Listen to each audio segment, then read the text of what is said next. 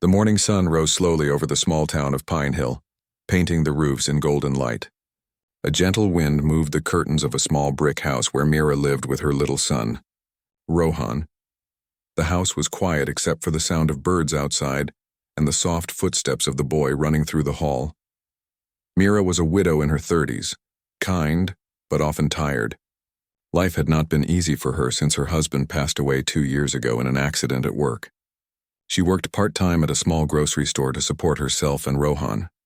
They lived a simple life, sharing laughter during breakfast and reading books before bedtime. Though money was tight, love kept their home warm. That morning, Mira received a letter that changed everything. The letter came from a law office in another city. The paper was thick and the envelope looked official.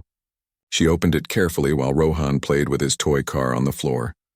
Her eyes widened as she read the words. The letter said she had inherited a piece of land from a distant relative named Mr. Haroon Khan. She had heard his name before from her grandmother long ago, but she never met him. He had owned a forest property outside Pine Hill, a few miles from the edge of town. The lawyer wrote that the land now belonged to Mira and she could claim it any time. Rohan looked up. "Mama, what does it say?" Mira smiled softly. "It says we have a forest now, Rohan. Someone left it for us." The boy's eyes sparkled. "A forest? With real trees and animals?" "Yes, my dear. A real forest." She was unsure if she should be happy or worried. A forest sounded big and wild. But she also knew it might be valuable. Maybe she could sell part of it. Or maybe it could give them a new start. After thinking for a while, she decided to visit it. 2 days later, she packed some food, water, and a first aid kit in her old car. Rohan sat in the back seat, excited to go on an adventure. They drove out of town and followed a narrow road that twisted through green hills. The further they went, the quieter it became. Birds flew across the sky and the smell of pine trees filled the air. After about an hour, they reached a rusty iron gate standing across a dirt path. A faded wooden sign on the gate read, "Khan Forest, Private Property." Mira parked the car and looked around. The place felt forgotten. The gate creaked when she pushed it open and a cold wind passed through the tall trees. Grass had grown high on both sides of the path. It looked like no one had walked there for years. Rohan held her hand. "Mama, it looked scary." She smiled to comfort him. "It just needs a little care. Let's see what's inside." They walked slowly under the tall trees. The forest was thick but peaceful. Sunlight came down in small patches and they could hear the chirping of hidden birds. The air smelled of damp soil and old leaves. As they walked deeper, Rohan ran ahead and picked up pine cones, pretending they were treasure. The forest seemed endless.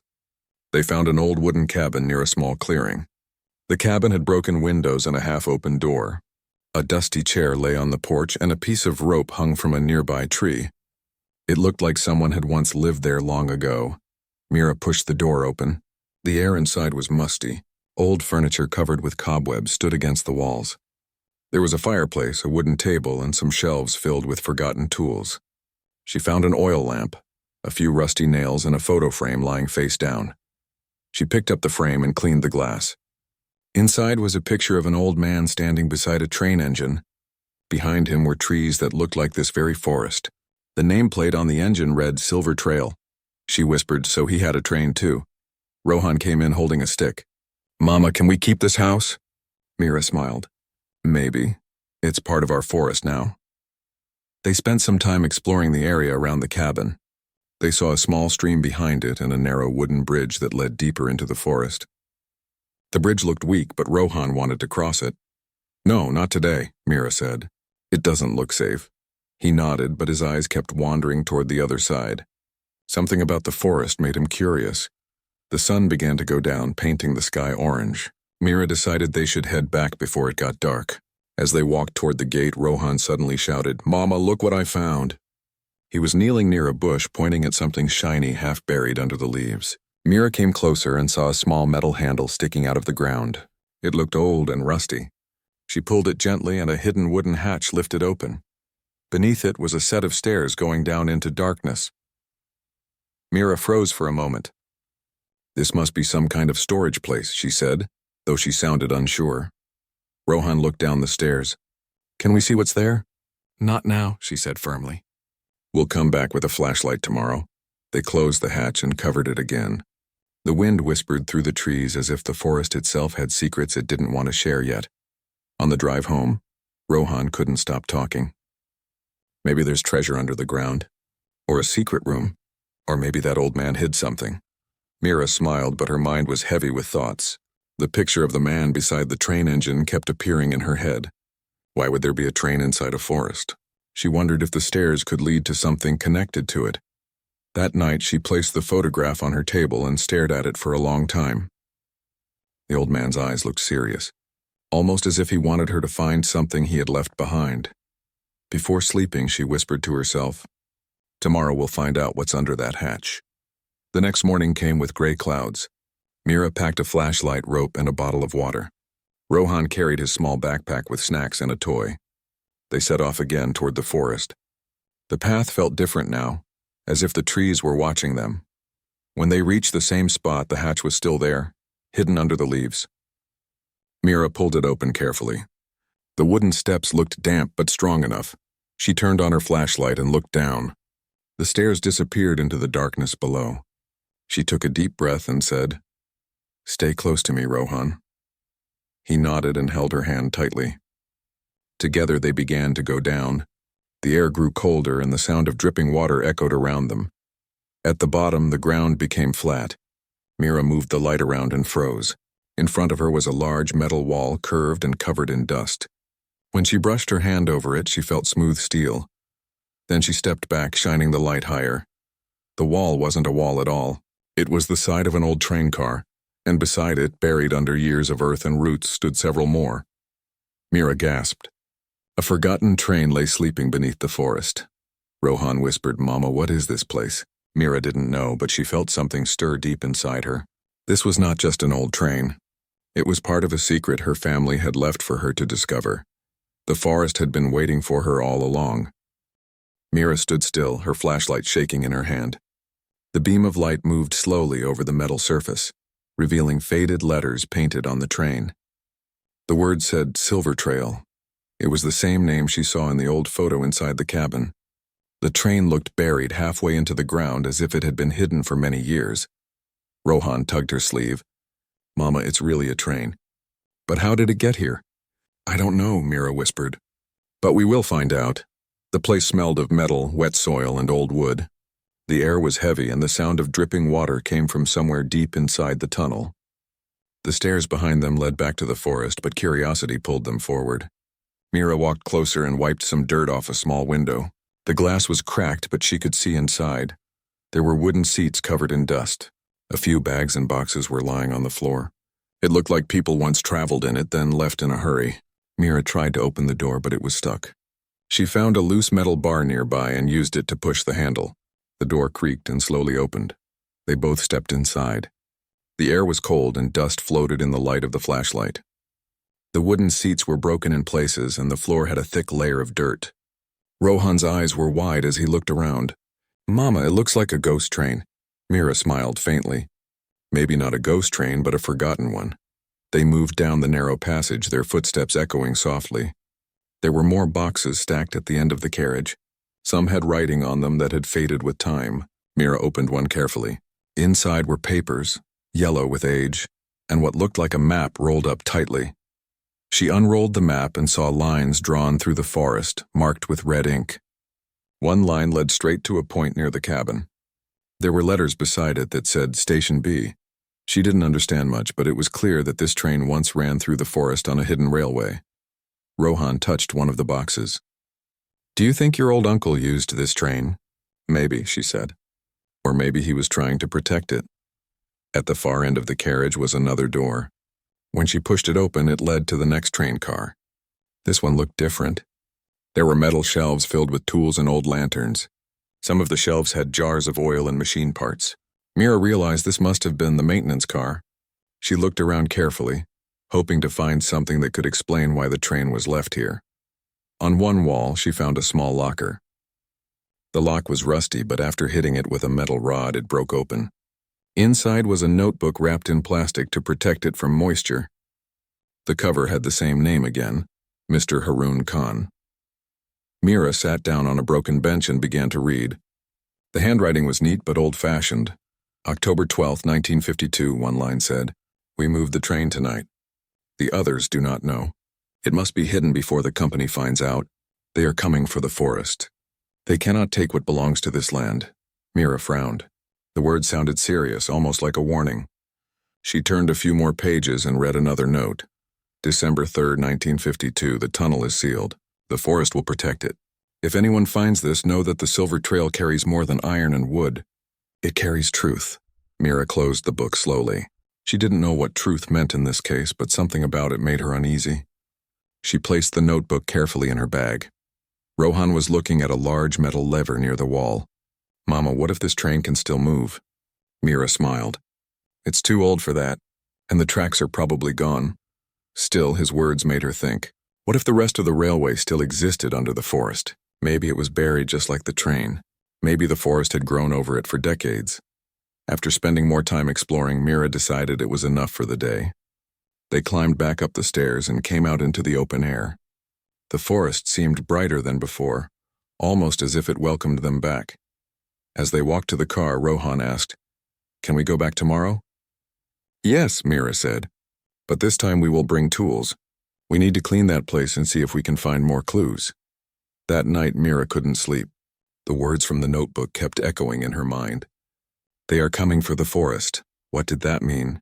And who were they? She searched the internet on her phone for anything about the Silver Trail train. There was nothing. No photos, no records, no news. It was as if it had never existed. The next morning, she called the lawyer who had sent her the inheritance letter.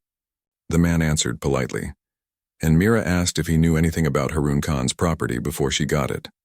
The lawyer said, All I know is that the land was in his family for generations. It was never sold or used for business. When Mr. Khan passed away, he left it to the next living relative, which is you. But the old man was very private. He told us not to let the land fall into company hands. He said it was special. Mira thanked him and ended the call. The words matched what she read in the notebook. Maybe Harun Khan really was trying to protect something. Later that day, she and Rohan returned to the forest. They cleaned around the cabin and brought a lantern to light the place. The more she looked around, the more she noticed small signs. Old metal rails half buried under the soil near the stream. Pieces of wood shaped like sleepers from railway tracks. The forest had been swallowing everything slowly. When the sun began to go down, Rohan found another strange thing behind the cabin, a stone wall covered with moss. In the middle of it was a metal door, small and square. He called out, Mama, come see this. Mira came and brushed the moss away. The door had a symbol carved on it, the same symbol that was on the notebook cover. It looked like two crossing lines inside a circle. The door had no handle, only a keyhole. Mira tried to open it, but it was locked tight. We'll need to find the key, she said. Rohan smiled. Maybe it's in the train. They decided to check next time. The forest was getting darker now and the air was turning cold. Mira locked the cabin and they returned home. That night, as Mira placed the notebook on her table, she noticed something written on the back cover. It was faint, almost hidden by dirt. She cleaned it gently with a cloth and read the words. If the silver trail sleeps, the forest breathes. When it wakes, truth will rise again. Mira sat back in her chair. The message made her feel uneasy, but also curious. Maybe the train was not just a machine. Maybe it had a story that could change everything she thought she knew about her family and the land. The next morning, a strange noise woke her up. It was a distant rumble that sounded like thunder, but the sky was clear. She went outside and listened. The sound seemed to come from the direction of the forest. Rohan came running from his room. Mama, did you hear that? Yes, she said softly. It's coming from the forest. For a moment, they both stood still, listening. Then the sound faded away. Mira looked at the photograph again. The old man beside the train, his serious eyes staring back. Something was happening in that forest, and it wanted her to find out. The next morning was quiet, but Mira still could not forget the sound that had come from the forest. It was deep and strange, like the echo of something moving far underground. She tried to convince herself it was just her imagination, maybe a small landslide or thunder, but a small part of her heart whispered that it was something else. Rohan was already dressed and ready to go. He stood by the door with his backpack and flashlight. Mama, can we go back today? I want to find the key. Mira nodded. Yes, but we will be careful. If the ground is shaking, we don't want to be near it for long. She packed some food, water, a rope, and the notebook in her bag. The photo of the old man was still on the table, and she looked at it once more before leaving. The man's serious eyes almost seemed alive now, as if they were watching her. They reached the forest around noon. The air was cool and mist hung between the trees. The forest looked calm, but Mira noticed that some leaves near the path were moving even though there was no wind. It gave her an uneasy feeling. They went first to the cabin. Inside, everything was as they left it. The lanterns, the tools, the map, all untouched. Mira placed the notebook on the table and opened it again. Near the back pages, she found something she had missed before. A drawing of the metal door they saw yesterday, the one hidden behind the mossy wall. Under it were small words that said, "Key rests where steam sleeps." She read it aloud. Steam sleeps. What does that mean? Rohan thought for a moment. Steam comes from trains, right? Maybe the key is inside the engine. Mira looked at him with surprise. That's a clever guess. Let's go see. They walked to the hatch and went down the stairs again. The air underground felt colder today. The beam of the flashlight showed small water drops falling from the ceiling. When they reached the train, it looked the same, silent and covered in dust. They moved to the first carriage, then to the engine at the front. The engine room was dark and cramped. Rust covered the metal levers and pipes. There were old gauges and a coal box, now empty. Mira looked around carefully, touching every corner. Then she saw something shining between two metal plates near the floor. She bent down and reached in. Her fingers touched a small object covered in dirt. She pulled it out and wiped it clean. It was a brass key with a circle at the top, and inside the circle was the same symbol from the notebook, 2 crossing lines. Rohan jumped with excitement. "Mama, that must be it." "Yes," Mira said with a smile. "It has to be the key to that door." She placed it safely in her pocket. Before leaving, she looked again at the control panel. There were switches and levers, but one small light bulb near the top caught her attention. It flickered for a second, just once, then went dark again. She froze. "Did you see that?" Rohan nodded slowly. It blinked.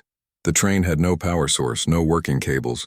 How could a light blink after all these years? Mira didn't know, but it made her feel that something inside the train was not completely dead. They went back up and walked to the stone wall behind the cabin. The moss-covered door looked quiet and old, but now it seemed like it was waiting for them.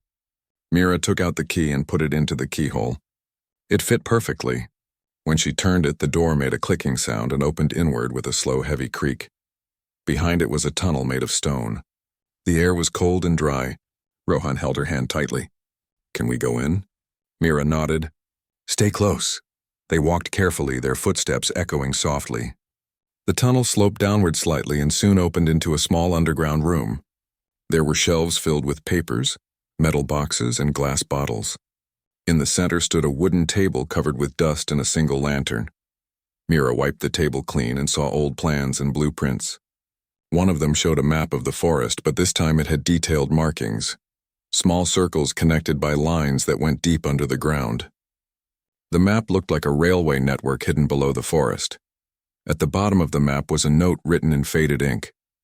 "The forest hides what the world was not ready to see." Mira took a deep breath. What was this old man hiding? Rohan looked at another box and opened it. Inside were several metal parts and small bottles filled with silver-colored powder. "Mama, look at this. It shines." She took one bottle and turned it under the light. The powder inside looked like sand mixed with tiny crystals. She remembered the note in the notebook that said the train carried more than iron and wood. Maybe this was what he meant. She found another paper near the bottom of the pile. It was a letter addressed to my successor. The writing was shaky but still clear. "To whoever inherits this land, know that the forest is alive in ways men cannot understand. The train is the guardian of its heart. Long ago, a discovery was made beneath these trees. It had power, beauty, and danger. To protect it from greedy hands, I sealed the train and erased its path. When the right person finds it again, the forest will decide if the truth should rise." Mira read the words twice. She could feel her heart beating faster. The old man had hidden something powerful, something he didn't want the world to find. Rohan's voice broke her thoughts. "Mama, what does it mean the forest will decide?" She looked around the stone room. "I don't know, but maybe we'll find out soon." Before they could look more, a low sound filled the tunnel. It was like a distant hum coming from the direction of the train. The ground under their feet vibrated slightly. Dust fell from the ceiling. Rohan grabbed her arm. "Mama, the train!" They ran back through the tunnel and reached the surface. When they looked toward the hatch, they saw a faint blue light glowing from below. It was steady and bright, shining through the cracks of the wooden cover. Mira's hands trembled as she lifted the hatch open. The stairs glowed faintly from the light below. She and Rohan stepped down slowly. The air was warm now, and the light grew stronger with each step. When they reached the train, the glow was coming from inside the engine. The same bulb that had blinked earlier was now shining brightly. Other lights across the train began to flicker one by one, like stars waking up after a long sleep. Rohan's eyes were wide with wonder. "It's alive, Mama. The train is waking up." Mira stood in silence, watching the lights glow across the dusty metal. The floor trembled slightly as if something deep below the earth was moving. She could hear faint mechanical sounds, slow and rhythmic like a heartbeat. The engine gave a soft hiss of steam, though there was no fire, no fuel.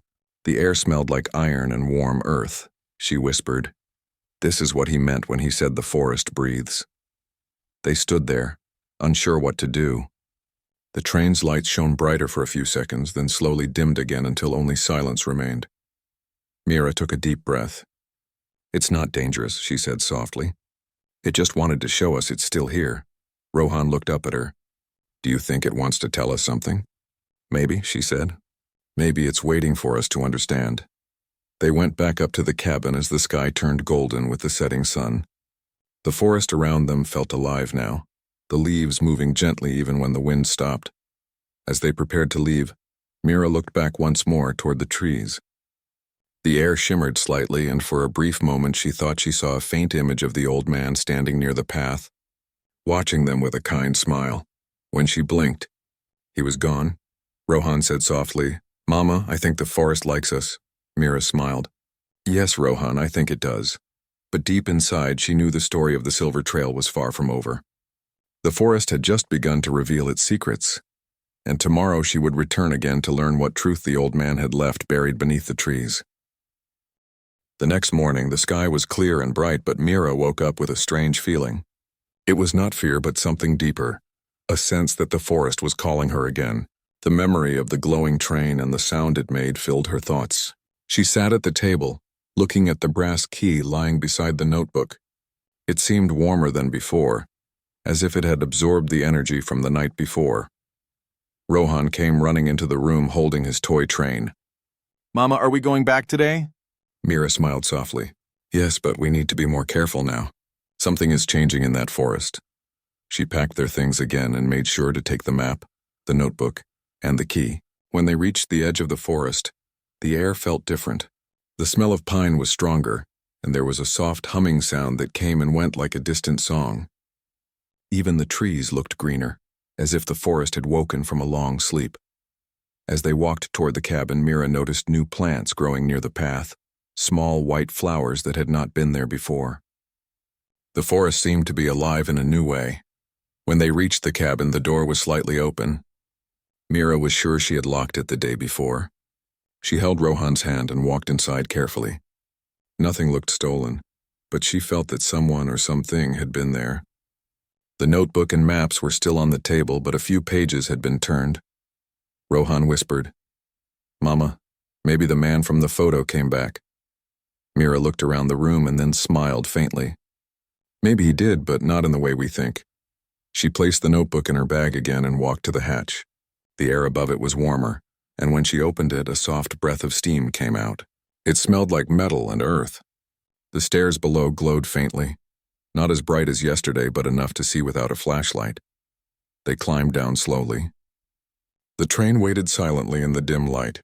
The blue glow was gone, but something else had changed.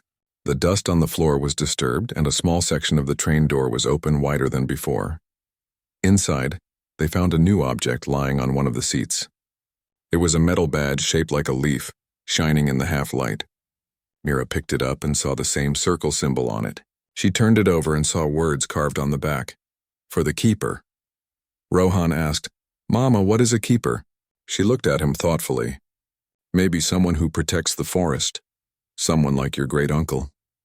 She placed the badge in her pocket and walked toward the engine room again. The controls looked still, but the map she found before now had a soft shimmer around its edges. She touched it, and for a second the lines on the paper seemed to move like rivers of light. She pulled her hand back quickly. The forest outside suddenly went quiet. No birds, no wind, no sound. It felt like the whole place was holding its breath. Then, from deep below came a low rumbling noise. The ground shook gently. Dust fell from the ceiling again. Rohan grabbed her arm tightly. "Mama, it's moving again." Mira looked at the glowing map and then at the train. "I think it's trying to show us something." The lights inside the train flickered once, twice, and then a voice came faintly from an old speaker near the ceiling. It was low, broken, but still clear enough to understand. "System. Restart complete. Guardian link restored." Rohan's eyes grew wide. "Mama, it can talk." Mira didn't answer. She was too stunned to speak. The voice continued. "Location secured. Forest shield stable. Awaiting keeper command." Then everything went silent again. Mira stood there, frozen. The words repeated in her head. Forest shield. Keeper command. Her great-uncle had built something under the forest. Something far more complex than she had imagined. She looked at the map again. The glowing lines moved slowly and stopped at one bright point near the bottom of the page. It was marked core. She traced it with her finger. "Maybe that's what the forest is protecting," she said softly. They left the train and went back up to the cabin. The air felt heavier now. The birds had returned, but their songs were slower, more careful. Mira sat on the porch steps, thinking deeply. Rohan sat beside her. "Do you think the forest is magic?" She smiled. "Maybe not magic, but something close. Maybe it's part of nature that people forgot to understand." Just then, a faint sound came from the trees. Footsteps. Mira stood up quickly and looked toward the path. 2 people were walking toward the cabin. They wore plain clothes and carried clipboards. One of them raised his hand politely. "Good afternoon," the man said. "Are you Mrs. Mira Khan?" "Yes," she said carefully. "Who are you?" "We're from the Land Research Department," he said. "We were told this property has been re-registered recently. We're here to review the land status." Mira frowned. "By whose request?" He looked at his paper. "It's part of a development survey. There's a company interested in the land for mining. They believe there are valuable minerals underground." Mira's heart sank. She remembered the old man's warning in the notebook. The company was coming for the forest again. She tried to stay calm. "This land is private. It belongs to my family." "Yes, we know," the man said. "But the company is offering to buy it. You'll be contacted soon with details. It could be worth a lot." She gave a polite smile but said nothing more. After they left, she looked at Rohan and said quietly, "That's what your great-uncle was afraid of." Rohan frowned. "They want to take the forest," Mira nodded. "But we can't let them." That evening, as the sun went down, she went back underground one more time. The train was quiet again, but the map on the wall still glowed softly. She pressed her hand on the glowing point marked core. The train lights flickered again and the same voice spoke. "Keeper recognized. Protection mode active." The ground above trembled slightly. Mira ran back up and stepped outside. The trees were moving, though there was no wind. The roots near the ground glowed faintly and the air smelled fresh and sharp like rain before a storm. Rohan came out to the porch. "Mama, what's happening?" She looked around amazed. "The forest is protecting itself." They stood there watching as the glowing faded slowly into the night. Everything became calm again, but now the forest seemed different. Stronger, aware, almost alive. That night, Mira couldn't sleep. She kept thinking about what to do next. The company would come soon, maybe with machines and papers, maybe with pressure to sell. But she knew now that this land was not just hers. It was something sacred. Something her great-uncle had trusted her to guard. Before sunrise, she sat at her table and opened the notebook again. Inside the last page, she noticed new writing that hadn't been there before. The ink was fresh and bright. It said, "The keeper must choose. Reveal or protect." She stared at the words for a long time. Reveal or protect. If she revealed what was under the forest, maybe the world would see something amazing, something that could change everything. But if she did, people might destroy it to take what they wanted. As the first light of dawn entered the room, Mira closed the notebook and whispered, "I will protect it. Outside, the forest stood silent and still, waiting for whatever would come next. The silver trail had woken again, and its guardian had finally returned. The next morning, Mira woke up to the sound of distant engines. She looked out of the window and saw several trucks parked near the edge of the forest. Men in uniforms were walking toward the trees with measuring tools and papers in their hands. The company had arrived. Rohan ran to her side, eyes wide with concern. "Mama, they are here." "What will we do?" Mira took a deep breath. "We will protect our forest. Remember what your great-uncle wanted. The forest is alive and we are its guardians now." They packed a small bag with essentials and the notebook. Mira carried the brass key and the metal badge. Rohan took his small backpack with snacks and his toy train. Together, they went toward the forest. As they reached the cabin, the men were already measuring trees and marking the ground with flags. One of them noticed Mira and walked up. "Good morning," he said. "Are you Mrs. Mira Khan?" "Yes," she replied firmly. "This land is private. You cannot take it without my permission." The man checked his clipboard. "We have papers from the company. They say the land is available for development. You can sell it or refuse, but there are regulations that might affect you if you delay." Mira shook her head. "This forest is protected. It has been in my family for generations, and I will not sell it." The man frowned and walked back to his group. Mira and Rohan went to the hatch leading to the train. The underground air was cooler and smelled of earth and metal. The train was quiet, but as soon as Mira touched the brass key, the same soft glow appeared along the metal floors. The train lights flickered and then strengthened. The soft voice came again. "Keeper present. Protection mode active." Rohan's eyes shone with excitement. "Mama, it's helping us," Mira nodded. "Yes, Rohan. It will help protect the forest." They explored the train quickly. In the engine room, Mira touched the levers lightly. The soft humming sound returned, vibrating through the metal. She looked at the map, and this time the glowing lines moved rapidly. A point on the map showed a hidden tunnel leading to the heart of the forest.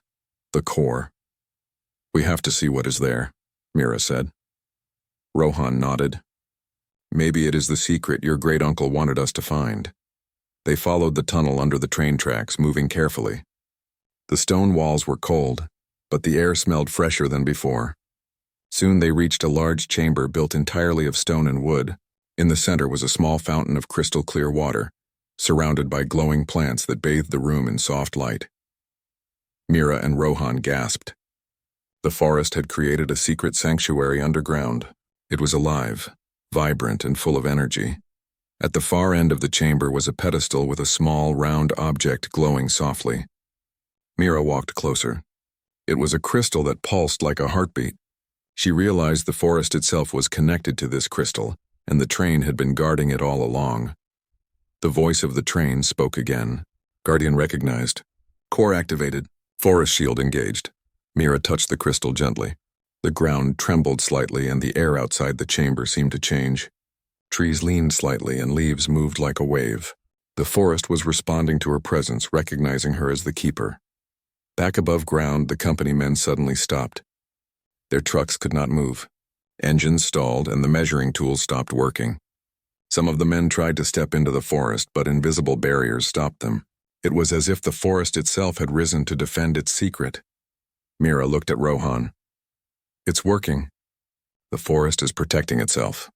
The men looked confused and worried. One of them shouted, "We can't get in!" "Something is stopping us." Mira smiled, holding the brass key. "This forest is alive, and it has a guardian now." She returned to the chamber and placed the crystal carefully back on the pedestal. A soft light spread across the room, and the plants glowed brighter. The fountain of water bubbled peacefully, sending ripples across the floor. Rohan whispered, "It's beautiful, Mama, like magic." "Yes," Mira said softly, "but it's more than magic. It's life, and we must protect it." The glow from the crystal extended into the tunnels. When Mira walked back to the train, the lights flickered in response. The soft humming sound grew stronger, filling the underground with a warm energy. Above ground, the company men finally left, unable to understand what had happened. Their trucks disappeared down the road, and the forest returned to its calm, quiet state. Mira closed the hatch and locked it. The forest was safe, at least for now. She knew that as long as she and Rohan were careful, the secret of the Silver Trail would remain protected. They sat by the cabin that evening. The sun painted the sky orange and birds returned to the trees. Rohan leaned on Mira. "Mama, do you think anyone else will find the train?" "Maybe," Mira said, "but only the right people, the ones who respect the forest. The secret will stay hidden from those who want to take it for themselves." Rohan nodded. "I want to help you protect it." Mira hugged him. "We will protect it together, always." That night, Mira looked at the notebook again. She read the last words written by her great-uncle. "The silver trail sleeps, but the forest remembers. The keeper will rise when the time is right," she smiled. She knew the time had come. She and Rohan were the new keepers. The forest had chosen them. The days that followed were filled with care for the forest. Mira cleaned around the cabin and the hatch, marked safe paths, and learned more from the glowing map. Rohan explored under her supervision, finding small animals, hidden plants, and tiny streams that ran beneath the trees. The forest seemed to respond to their presence, growing stronger and more vibrant. Sometimes the train lights flickered at night, casting a soft blue glow through the hatch. Mira would sit nearby, watching the faint light and feeling the pulse of the forest. She realized that the silver trail was more than a train. It was a connection between the past and the present, between her great-uncle and her family, and between humans and nature. One evening, as the sun dipped below the horizon, Rohan asked, "Mama, will people ever try to take the forest again?" Mira thought for a moment. "Maybe, but the forest will always have its guardians. And as long as we are here, it will be safe." Rohan smiled. "Then I am happy. I love our forest." Mira looked around at the tall trees, the soft glowing lights from the underground chamber, and the quiet hum of the train. She felt hope and pride. The forest was not just land or trees. It was a living story, a memory of the past, and now a promise for the future. From that day on, Mira and Rohan continued to care for the forest, learning its secrets slowly, respecting its power, and discovering new paths beneath its canopy. They explored the tunnels, cleaned the cabins, and watched the train glow softly at night. They learned that the Silver Trail was not just a train, but a guardian of something far greater, the life and spirit of the forest itself. And in the quiet moments, when the wind moved through the trees and the soft hum of the train filled the air, Mira understood her great-uncle's message. The forest was alive, it had chosen her, and together with Rohan, they would protect it forever. The secret of the Silver Trail was safe, hidden in the heart of the forest, and the story of the forest and its guardians had only just begun.